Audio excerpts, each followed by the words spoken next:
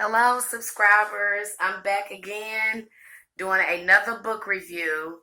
And I'm going to talk about my experiences since I have been journeying on purpose, doing the path work and meditation, and going to these different dimensions and talk about some of the things that I'm learning traveling in these journeys. And then I'm going to discuss some of the movies that we some of us has watched that's also about journeying, and we never put it together like that. At least I didn't put it together like that, and it's not until I start journeying and the ancestors and my guides start teaching me that there are many movies about shamanic journeys. And so I'm going to talk about that too. But first, I'm going to talk about this book that I've been reading. I have read, and I'm still, doing some other things with it. But it's called The 72 Angels of Magick. This is a really good book. It teaches you how to work with these seagulls and angels and bringing this energy and how to tap into your consciousness and evoke these angels in your everyday life and teach you different things that you want to learn. And I mean, it's a lot of them in here that can teach you a lot of things from healing and everything. I'm using it now to heal myself and learn more about healing myself through trauma. I was here the other day and I talked about Jung and shamanism. And after doing this book and working with the angel Hayiel, because these angels as well, I know some of you don't think that they have anything to do with African spirituality, but I do encourage you to do your research, because most of these angels were developed from the Egyptian Pantheon. And then some of the Orishas are known as angelic forces within nature, within the universe. So a lot of these angels were created from the old Pantheons, the old spiritual Pantheons of our ancestors. I wrote a blog on it. I'll try to leave a link to the blog to kind of show you where thoughts, Heru, Aset, and all of them were related to certain kind of angels. For instance, Gabriel is thought to be a woman. Let's talk about Gabriel and Ariel. These are thought to have these feminine energies, and these energies, Gabriel is also called the angels, the queen of angels as well. The Mary in Catholicism is called the Queen of Angels. So was Isis. Isis Aset is known as the Queen of Angels. But I talk about that more in my book and break all those meanings and stuff down so you can understand them. But most of these angels are associated with the old Pantheon. So you can still work with these energies, even if you're not so sure, you think they're not linked to your culture, you can still work with them. And through research, you can find that they're still linked to our ancestors. So, yeah, I work with the angel Hayiel on this. And this angel is specialized in occult and ritual and learning everything that you want to know about that. I don't even know if I have it marked in this book. I don't know if I have it marked exactly verbatim what this angel does. I got a couple in here marked because I'm going to be working with those angels in the future. A couple of my I got marked, and some of my don't. See, I got some of them marking it down. I can't find the one that I have marked for that because I already worked with it, so I probably unmarked it. But here it is, Hayiel. Okay, it says, if you find that you feel distant from yourself, or that you lack inner strength, or you feel ashamed of who you are, call on this angel. for self-esteem, self-respect, strength. I don't think this is the one though. This is not the one. I don't think this is the one. I think it was another one, but it's sort of like the one I work with, but this one was different. Let me see, can I find it in the back? Real quick. Oh, here it is. Hey, Yale. It says, the greater control with Magick. When you perform any occult work from this book or any other, you can call on this angel to give you more control. That is, you can ask the angel to increase your magic skills so that all your magic or particular workings is more effective. Some people believe this is the first request, and you should make up any angel. So I requested this angel. It also has a verse 2 to invoke the angel that you can go to in Psalms 121 and 5. This is the seagull. In here, you make a copy of the seagull and you charge it. And this is a very good book. It's easy to work with, easy to do. You do the ritual for 11 days and you start kind of seeing things change, and you start receiving messages from your environment to kind of let you know that this angel is working with you. That kind of what happened to me when I started doing journey work. I called on this angel first, and that was a trip because I was writing this book on consciousness. And as I began to write this book on consciousness, I ran into Jung and shamanism, because it's a part of my book where I talk about psychology. If you watch my last video, I kind of tell you that psychology is the study of the soul.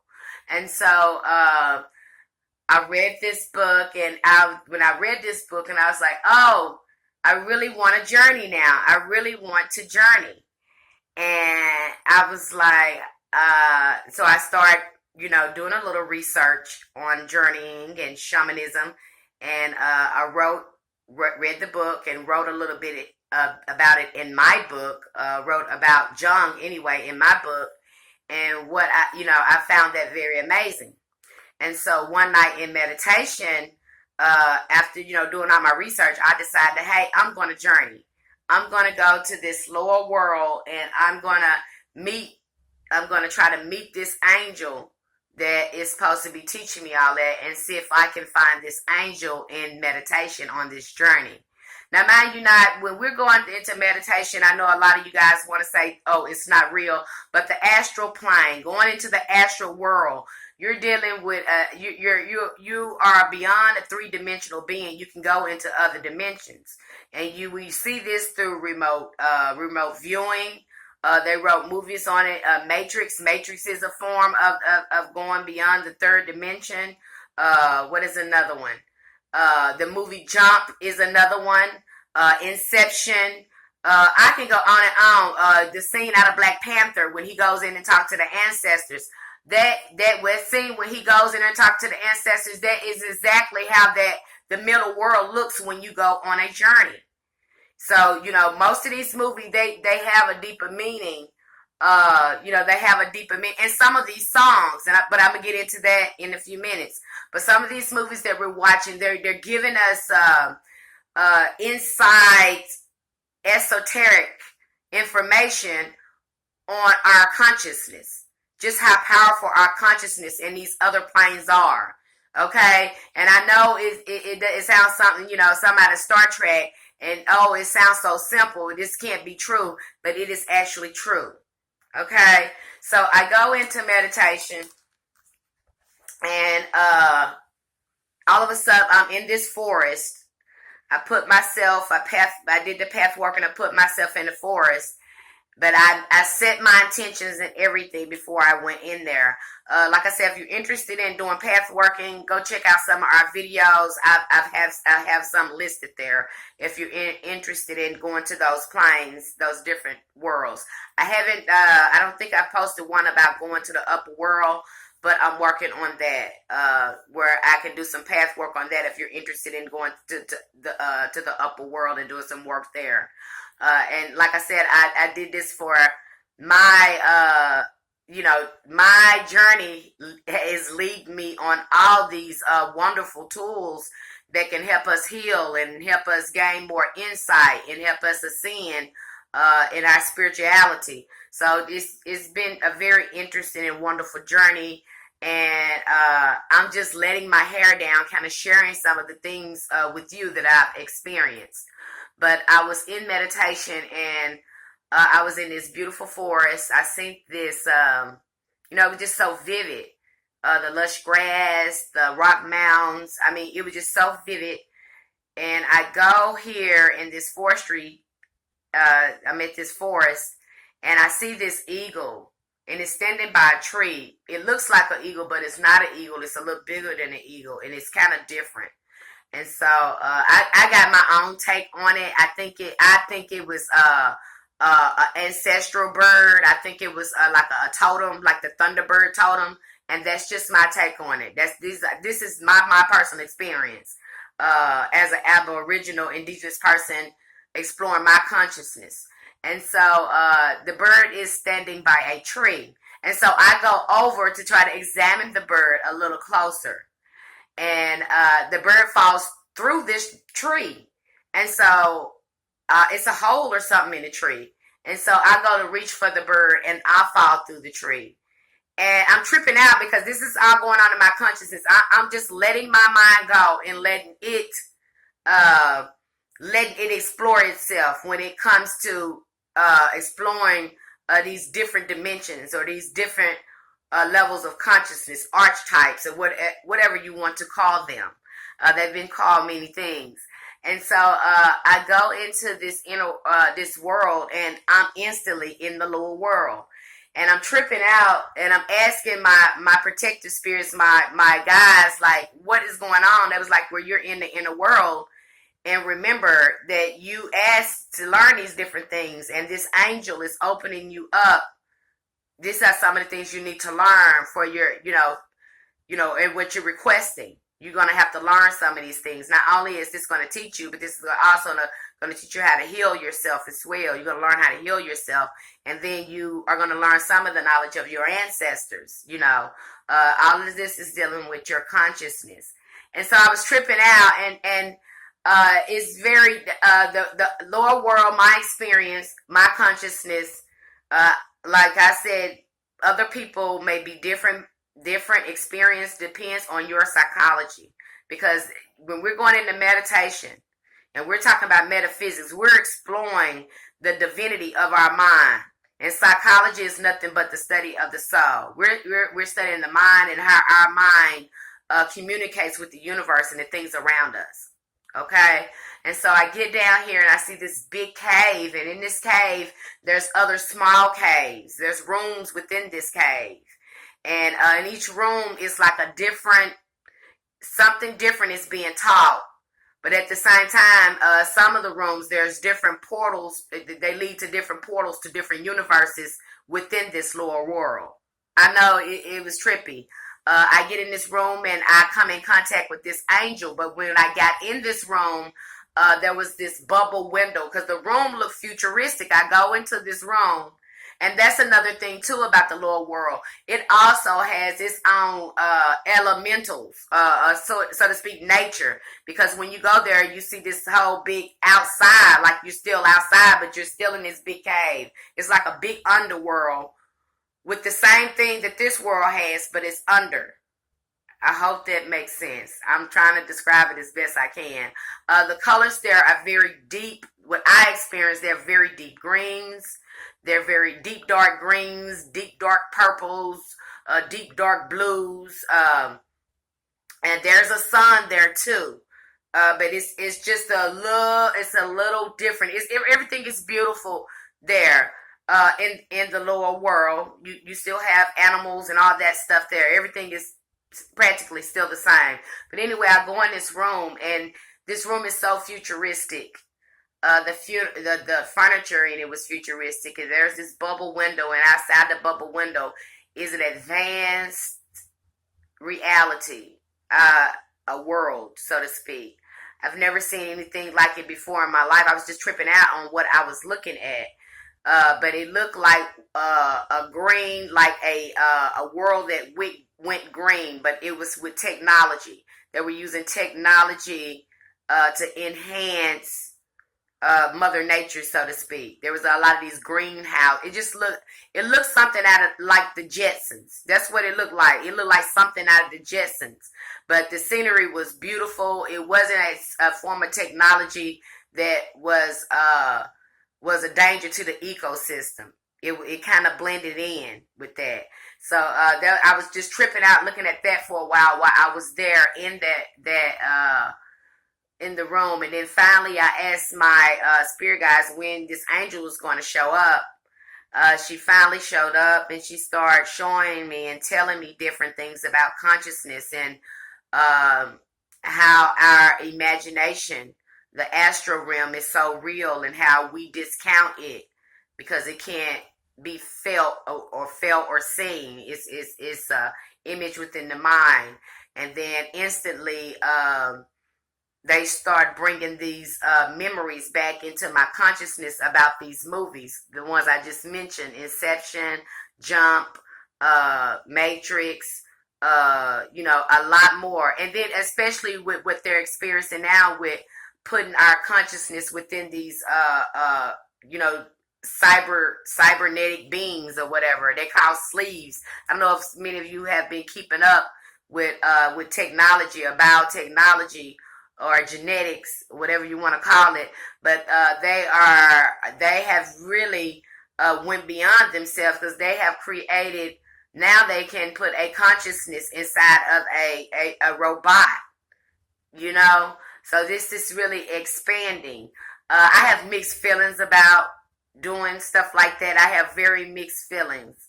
I have mixed feelings about that. I don't, sometimes that can be a good thing. I think it's a good thing if your body is totally immobile and you have this disease that would, just cripple your body. That's good to give somebody a second chance at a healthy body, yeah. But just to be doing it because you're rich or something like that, or, just another robot because you crave human contact, but you don't want to have those, you don't want to create those organic human contacts on your own. I don't feel really good about that. So that's just my take. I think it's a good thing, but it's the way we use it where it can really benefit humanity. But, I thought I would share that with you, my experiences.